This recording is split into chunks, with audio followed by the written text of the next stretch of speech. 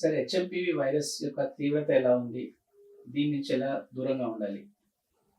నమస్కారం అండి. నా పేరు doctor Rajesh Ukala, consultant physician at Renova hospitals. ఈరోజు మనం మాట్లాడుతున్న ఈ వైరల్ ఇన్ఫెక్షన్స్ మన దేశంలో ఇంకా ఇన్సిడెంట్స్ అయితే రాలేదు. But out side the country, mostly in China, ఈ హెచ్ఎంపీవీ వైరస్ అనేది కాస్త ఎక్కువగా తీవ్రత ప్రభావం చూపిస్తుందని వింటున్నాం. అఫీషియల్ డిక్లరేషన్ రాకపోయినా కానీ ఒకవేళ అది కానీ స్ప్రెడ్ అయితే ఎలాంటి లక్షణాలు ఉంటాయి, ఎలా అవేర్నెస్ ఉండాలి, ఏం చేయాలి అనేది ఈరోజు మన టాపిక్. అయితే ఈ హ్యూమన్ మెటాన్యూమో వైరస్ అనేది ఒక టైప్ ఆఫ్ ఫ్లూ వైరస్. ఇది కొత్త వైరస్ కాదండి. ఇదివరకు కూడా ఈ వైరస్ మన బాడీని ఎఫెక్ట్ చేయడం జరుగుతుంది, అంటే హ్యూమన్ బాడీస్ని. ఎక్కువ శాతంలో ఫారిన్ కంట్రీస్లో ఇవి ఎక్కువగా కనిపిస్తుంది. సో ఫ్లూ జ్వరం అంటూ వచ్చినప్పుడు పర్టికులర్గా ఈ వైరసా ఆ వైరసా అనేదానికన్నా ఫ్లూ జ్వరం సిమ్టమ్స్ అనేది కామన్గా ప్రజెంటేషన్స్లో ఉంటున్నాయి కాబట్టి అలా మనం ట్రీట్మెంట్ చేసుకుంటున్నాం. కాబట్టి ఈ వైరస్ ఉందా లేదా అని తెలుసుకోవడానికి పీసీఆర్ టెస్ట్, ఏదైతే మనం కోవిడ్లో నేర్చుకున్నామో ర్యాపిడ్ పీసీఆర్ టెస్ట్ అనేది, అలాంటి టెస్టులు చేస్తే దీన్ని ఐడెంటిఫై చేయొచ్చు. కానీ మోస్ట్ ఇంపార్టెంట్గా ప్రజలకి నేను చెప్పదలుచుకుంది ఏంటంటే, ఈ వైరస్ వల్ల తీవ్రత రూపం దాల్చేదానికి ఏ కంగారు పడాల్సిన అవసరం లేదు. ఎందుకంటే సింపుల్గా రిజాల్వ్ అవుతుంది ఈ వైరస్. ఇన్ఫ్లుయెంజా ఫ్లూ సిమ్టమ్స్ ఎలా ఉంటాయో అలాగే ఇది బాడీలో స్ప్రెడ్ అవుతుంది. So predominant spread of this virus ఏంటంటే ఎయిర్లెట్ డ్రాప్లెట్ ఇన్ఫెక్షన్, అంటే దగ్గినా తుమ్మినా స్ప్రెడ్ అయ్యే ఇన్ఫెక్షన్ ద్వారా ఇది మనందరికీ సోకుతుంది. కామన్గా నోస్ ద్వారా, లంగ్స్ ద్వారా, హ్యాండ్స్ ద్వారా స్ప్రెడ్ అయ్యేదానికి ఆస్కారం ఉంది. సో ఈ స్ప్రెడ్డింగ్ ఆ విధంగా అవుతుంది కాబట్టి ఎక్కువ శాతంలో అప్పర్ రెస్పిరేటరీ ట్రాక్ట్, అంటే గొంతు, తర్వాత నోరు, ముక్కు, సైనసెస్ ఎక్కువగా ఎఫెక్ట్ అవుతాయి. కాస్త ఎవరికైతే ఇమ్యూన్ సిస్టమ్ లోపాలు ఎక్కువగా ఉంటాయో వాళ్ళల్లో కాస్త లంగ్స్ ఎఫెక్ట్ అయ్యేదానికి ఆస్కారం ఉంది. సో ఇప్పుడు వరకు మనకు వచ్చిన ఎవిడెన్స్ ప్రకారం చూస్తే ఈ వైరస్ అంత తీవ్ర ప్రభావం చూపించే లక్షణాలు అయితే లేవు at this point of time. However మనం గుర్తుపెట్టుకోవాల్సింది ఏంటంటే కోవిడ్లో జరిగిన మ్యూటేషన్స్ దీనిలో కూడా జరిగేదానికి ఆస్కారం ఉంది.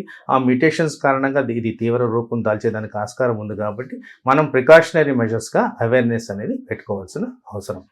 ఇప్పుడు దీన్ని ఐడెంటిఫై చేయడం ఎలా అంటే, high index of suspicion. Suppose ఎవరన్నా చైనా నుంచి ట్రావెల్ చేసి మన కాంటాక్ట్లోకి వచ్చారు, వాళ్ళకి సిమ్టమ్స్ కనిపించాయి.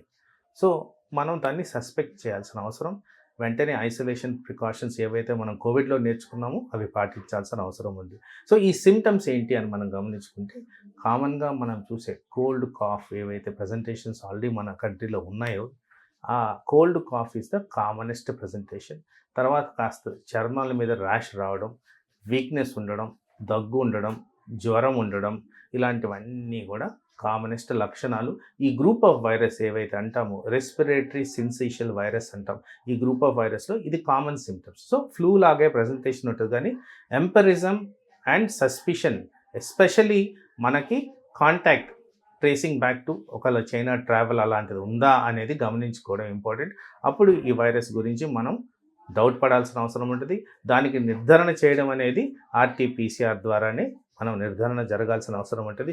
ప్రస్తుతానికి ఉన్న ప్రాబ్లమ్స్తో మనకున్నది ఏంటంటే isolation, self isolation, self treatment. ఇది మనం కోవిడ్లో ఏదైతే శానిటైజేషన్ మెజర్స్ పాటించామో అవి పాటించాల్సిన అవసరం ఉంది. సో ప్రికాషనరీగా చేయాల్సింది ఏంటి అంటే, జనరల్గా అట్ రిస్క్ పాపులేషన్ చూస్తే below the age of 5, above the age of 65 వీళ్ళు అట్ రిస్క్.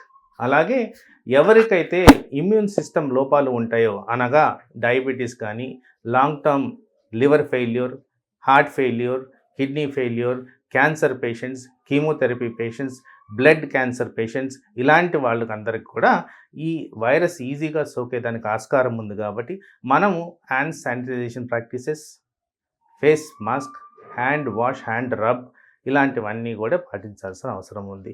ఇన్ జనరల్ ఈ వైరస్కి పర్టికులర్గా వ్యాక్సినేషన్ అంటూ లేదు. కానీ మనం రెగ్యులర్గా ఫ్లూ వ్యాక్సిన్ ఏదైతే ప్రతి సంవత్సరం తీసుకోవాలో దాని ద్వారా బ్రాడ్ స్పెక్ట్రమ్ మనకి యాంటీ వైరల్ కెపాసిటీ వచ్చేటట్టు, యాంటీబాడీస్ ఫార్మేషన్ వచ్చేటట్టు, బాడీకి ప్రొటెక్షన్ వచ్చేటట్టు ఈ వ్యాక్సినేషన్ వేసుకున్నందువల్ల మెయింటైన్ చేయొచ్చు.